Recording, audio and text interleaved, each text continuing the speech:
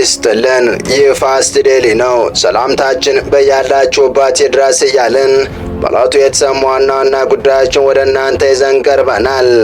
ቻናላችንን ሰብስክራይብ፣ ፕሮግራማችን ላይክ እና ሼር እንድታደርጉ እየጋበዝን የዕለቱን አበይት ዜናዎችን አስቀድመን እንጀምራለን። በኢትዮ ኤርትራ ድንበር ያለው ውጥረት አይሎ ከዛሬ ነገ ይፈነዳል በሚል ብዙዎችን አስግቶ ነበር። ታዲያ የዓለም አይን ሁሉ ምስራቅ አፍሪካ ላይ በነበረበት ወቅት የኢራኑ ጦርነት ፈንድቶ ትኩረቶች ወደ መካከለኛው ምስራቅ ማጋደላቸው ይታወሳል። በዚህ መሃል ግን በኤርትራና ኢትዮጵያ ድንበሮች መካከል የሚደረገው ወታደራዊ እንቅስቃሴ መጨመሩ ነው እየተነገረ የሚገኘው።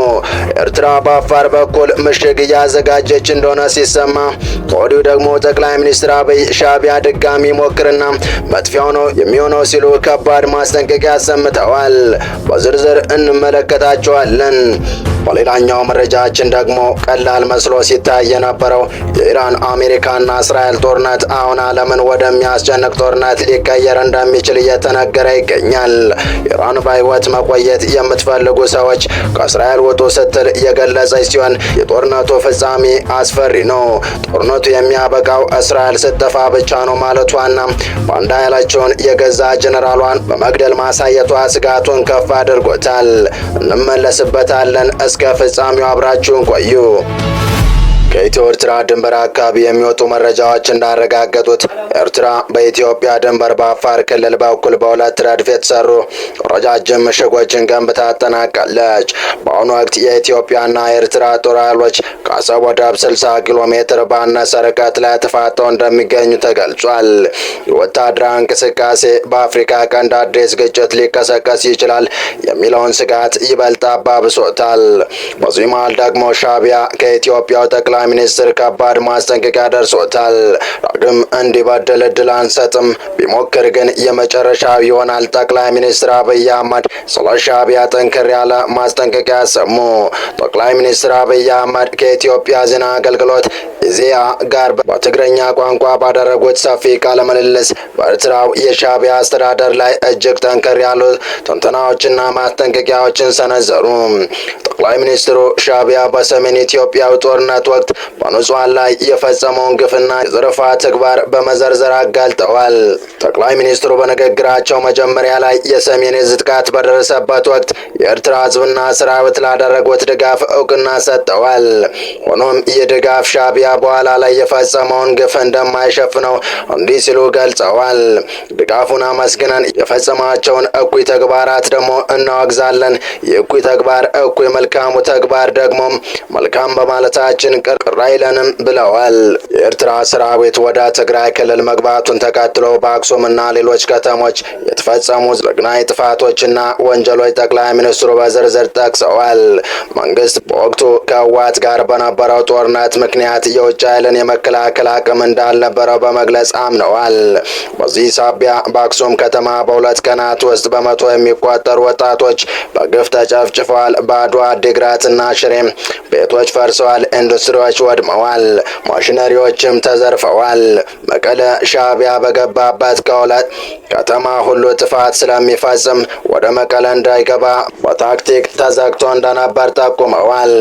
የኤርትራን ወታደራዊ የፖለቲካና ኢኮኖሚያዊ ቁመና የገመገሙት ጠቅላይ ሚኒስትሩም ስርዓቱ በልማትና በስልጣን ሽግግር የማያምን መሆኑን ገልጸዋል። ኤርትራ በአንድ ወቅት የነበሯት ከ300 በላይ ፋብሪካዎች መውደማቸውና ብቸኛዋ አስመራ ዩኒቨርሲቲ መዘጋቱን በማንሳት ሀገሪቱ በስደት ባዷን እየቀረች መሆኑን አስረድተዋል። በተጨማሪም ኤርትራውያን በስደት ባሉባቸው ሀገራት ወይም ኢትዮጵያን ጨምሮ ሰላዮችን በመላክ ሰላም እንደሚነሷቸውና ጤነኛውን ከበሽተኛው መለየት አስቸጋሪ እየሆነ መምጣቱን አክለዋል። ጠቅላይ ሚኒስትር አክለውም የሻዕቢያን ባህሪ በሚገባ እንደተረዱት በመግለጽና ጥብቅ ማስጠንቀቂያ በመስጠት ሻዕቢያን አሳምረን ስለምናውቀው ዳግም ህዝባችን እንዲበድል እድል አንሰጥም፣ ምናልባት ከሞከረ ደግሞ የመጨረሻ ሙከራ ነው የሚለውን ብዬ ነው የማምነው ሲሉ ገልጸዋል። ጠቅላዩ በዚህ ቃለ መጠይቃቸው ከሻዕቢያ ጋር ጽምዶ የሚል ጥምረት ፈጥሮ እየሰራ ስለሚገኘው ህወሓትም ያከሉ ሲሆን ህወሓት ጦርነት እየቀሰቀሰ ነው ሲሉም ተደምጠዋል። ጠቅላይ ሚኒስትር አብይ አህመድ በትግራይ ወቅታዊ ጉዳይ ላይ በሰጡት ሀሳብ ህወሓት ለጦርነት እየተዘጋጀ መሆኑን ገልጸዋል። ህወሓት በተፈናቃዮችና በምርጫ ቦርድ መሰረዙን እንደ ሰበብ በማቅረብ ጦርነት እየቀሰቀሰ ነው ብለዋል። ቡድኑ የትግራይ ማዕድን ሀብት በህገወጥ መንገድ ተቆፋፍሮ በሚገኘው ወርቅ እየሸጠ የጦር መሳሪያ እየገዛ መሆኑን አብይ ተናግረዋል። በህወሓት በኩል ዳግም ጦርነት እየተቀሰቀሰ መሆኑን የሚጠቁሙት አብይ በፌዴራል መንግስት በኩል በትግራይ ላይ ውጊያ መፈጸም የመክፈት ፍላጎት የለም ብለዋል። ህወሓት ከውጭ ኃይሎች ጋር በማበር ለዳግም ጦርነት እየተዘጋጀ መሆኑን የጠቆሙት አብይ የትግራይ ህዝብ በተለይ ወጣቱ እምቢ ለጦርነት ማለት አለበት ሲሉ ጥሪ አቅርበዋል። በንግግር ይህ በተግባር ወደ ግጭት ከሚወስዱ ተግባራት መቆጠብ ይገባል የሚል ምክረ ሀሳብ አቅርበዋል። አብይ ህወሓት ለዳግም ጦርነት ቅስቀሳ የተጠባበቃቸው ያሉ ጉዳይ ከሞላ ጎደል መፈታታቸውንም ጠቁመዋል። አሁንም ችግር ሆኗል ካሉት ወልቃይት ውጭ ከፕሪቶሪያ ስምምነት በኋላ እንደ ጠለምትና ራያ ባሉ አካባቢዎች ተፈናቃዮች ተመልሰዋል ብለዋል። ጠቅላይ ሚኒስትር አብይ አህመድ ህወሓት የልማት በጀትን ለታጣቂዎች ቀለብ እያዋለ መሆኑንም ገልጸዋል።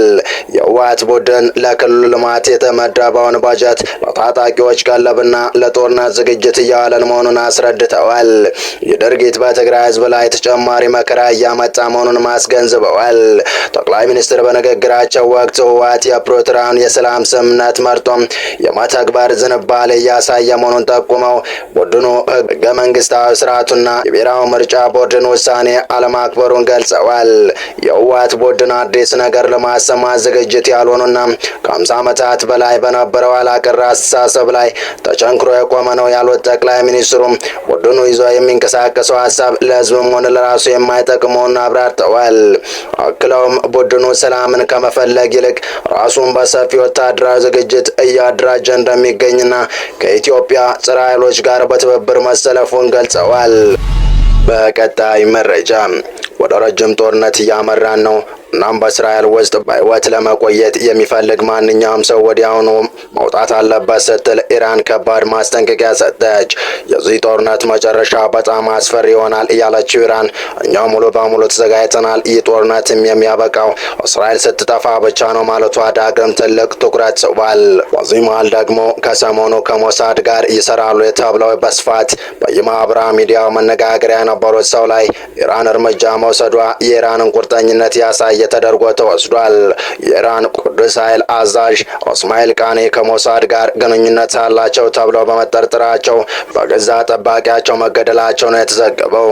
የኢራን ወታደራዊ መዋቅር በፍጥነት እየፈራረሰ ባለበት በዚህ አስደንጋጭ ወቅት የአብዮታዊ ዘበኛ ወይም IRGC የልዩ ቁስ ኃይል መሪና የተገደሉት ቃሲም ሶሊማኒ ተጠቂ የሆኑት ብርጋዴር ጀነራል እስማኤል ቃኔ በገዛ አብዮታዊ ዘበኛቸው መገደላቸው የእስራኤል መገናኛ ብዙሃን የሞሳድ ምንጮችን ጠቅሰው ዘግበዋል።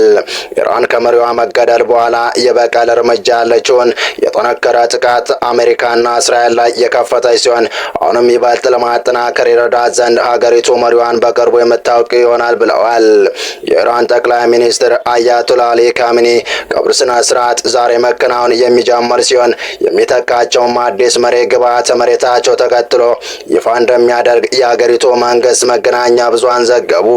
ምርጫውን የሚያከናውነው ምክር ቤት ጽህፈት ቤቶች ጥቃት እንደተፈጸመባቸው ሲዘገብ እስራኤልም ለደህንነቷ ስጋት ሆኖ የሚቀጥል መሪ ከተመረጠ እርምጃ እንደምትወስድ አስታውቃለች።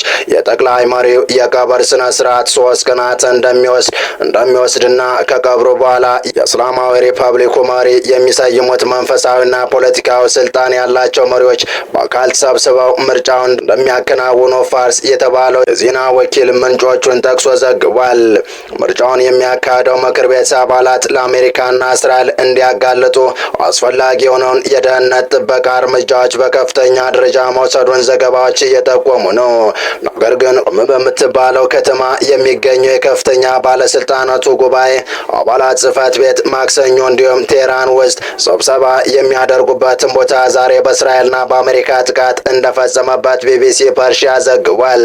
የአያቶላ ካሚኒ ቀብር መቀበር በትክክል የት እንደሚካሄድ እስካሁን ያልተገለጸ ሲሆን የኢራን መገናኛ ብዙሃን ግን ማሻድ በምትባል ከተማ ውስጥ በሚገኘው 8ኛው የሺያ ኢማም የእምነት ስፍራ ሊሆን እንደሚችል እየዘገቡ ነው።